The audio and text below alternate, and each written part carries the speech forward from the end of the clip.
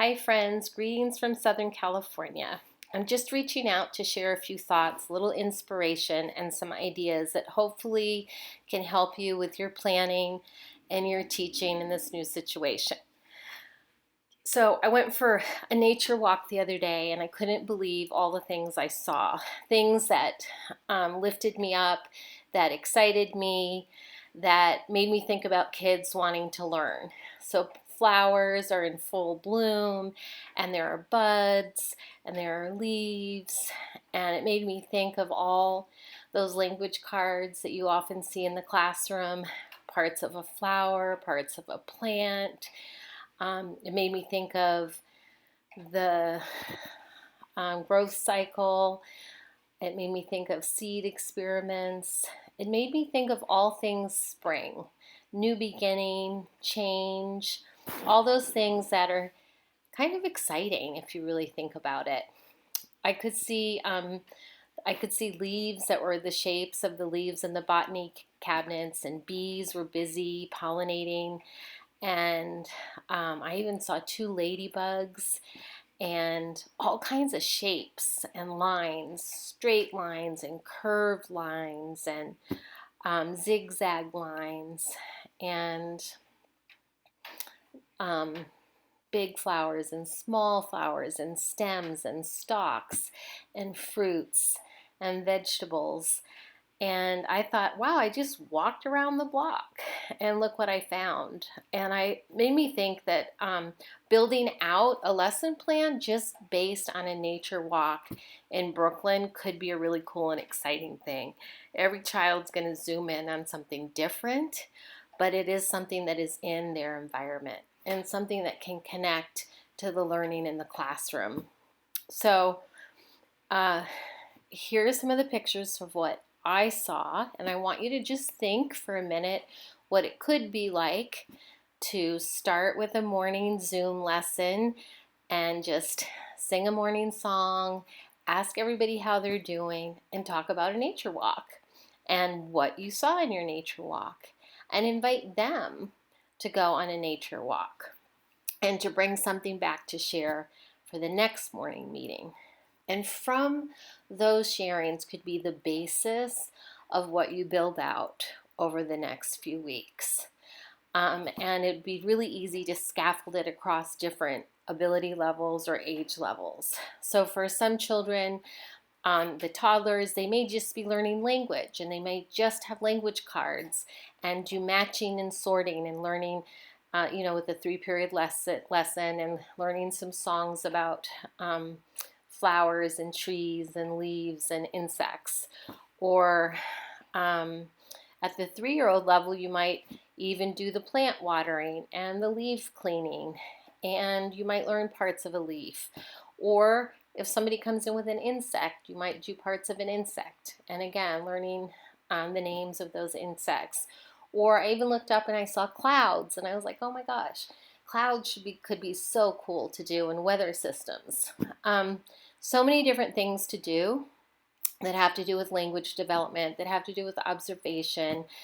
And you could very easily send those language cards home for parents to download and keep and build their little bank of resources at home so the children can go back to them and work with them over time, so that you're not having to crank out a lesson every single day with an activity every single day. Instead, you can kind of grow the interest and respond to the curiosity and the interest of the children, but with the idea of scaffolding some of the skills that you know they need to work on. So the older children may be needing to work on handwriting, and they may need to be working on sight words. So you can send those home for the week and they'll have the opportunity to practice those. So my suggestion is planning a week ahead. How many whole group Zooms, small group Zooms with maybe 3 or 4 kids around the same skill level in a specific area, a couple of video lessons, and a parent email informing the parents what they need to have. So if you think about it, they have 2 environments: the home environment, where they have all of the kitchen utensils that they can learn the names of, that they can actually work with, and the outdoors. I would then suggest the teacher make their own planning timetable. This one's full right now. I don't think that you should try to have it be full right off the bat. But you can see there should be lots of planning chunks during the day. Then you would copy and paste and create one for each child. Or maybe there'll be groups of children that will have similar ones, depending on how you plan out the week. Everybody will probably come to a morning meeting, and then their day will look slightly different. You would then write a letter to the parents explaining what you're doing with a list of things that they need to have ready for the week. And I tried to be very careful not to expect them to have too many things that they wouldn't already have in their household. You might attach some language cards, downloadables, printables that would look something like this. I'll share those links with you. They're really easy to find.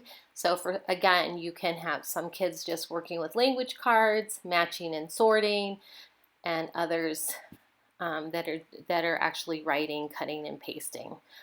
And leverage your strengths. Remember, we did that. Come to me for letter writing, schedule making, finding resources. You know, if you're good at something, let everyone know that you're good at it. You don't all need to double up on the work. You can help each other out. Also, be honest. I need support with Zoom lessons. I don't know how to do them. Can you show me? I'm not feeling comfortable. So there is always a space for everyone to participate. And finally, reclaim your powers and your passions. Take baby steps. Grow this slowly. This is just an overview. It's some ideas that I wanted to share with you that would suggest that if you think of the home environment and the outside environment, that's all you really have to do. The rest is not that important. Right now, you are teaching the children that they can trust other adults in their lives to show up for them. You're teaching them that when things get tough, we come together, we figure it out, and we do our best. And that's really the most important lesson they're going to have. They need to feel safe, they need to trust the people in their lives, and they need to be daring enough to get up tomorrow and try again. So I'm encouraging you to think outside of the box and see it as a freedom, as an opportunity to create and try to enjoy yourself. And just please know too that I'm here. I'm happy to talk through any lesson or any idea you have, or to help you sort through resources so that they're easy to find, so you're not having to search online forever and ever and ever. I will be putting the resources in folders so that you can find them sort of by age group, and that would just be according to what's typically developmentally appropriate at that given age. And I would expect that you would use your best judgment, because you're the expert here. You know who these children are, you know what they're capable of, you know what their interests are, and you understand the Montessori philosophy. So now we're just going to apply it in a new environment. And I'm so confident that you guys are all going to thrive. Not just survive, but actually thrive through this. So hang in there. I'm thinking of you guys. More to come. Take care. Bye.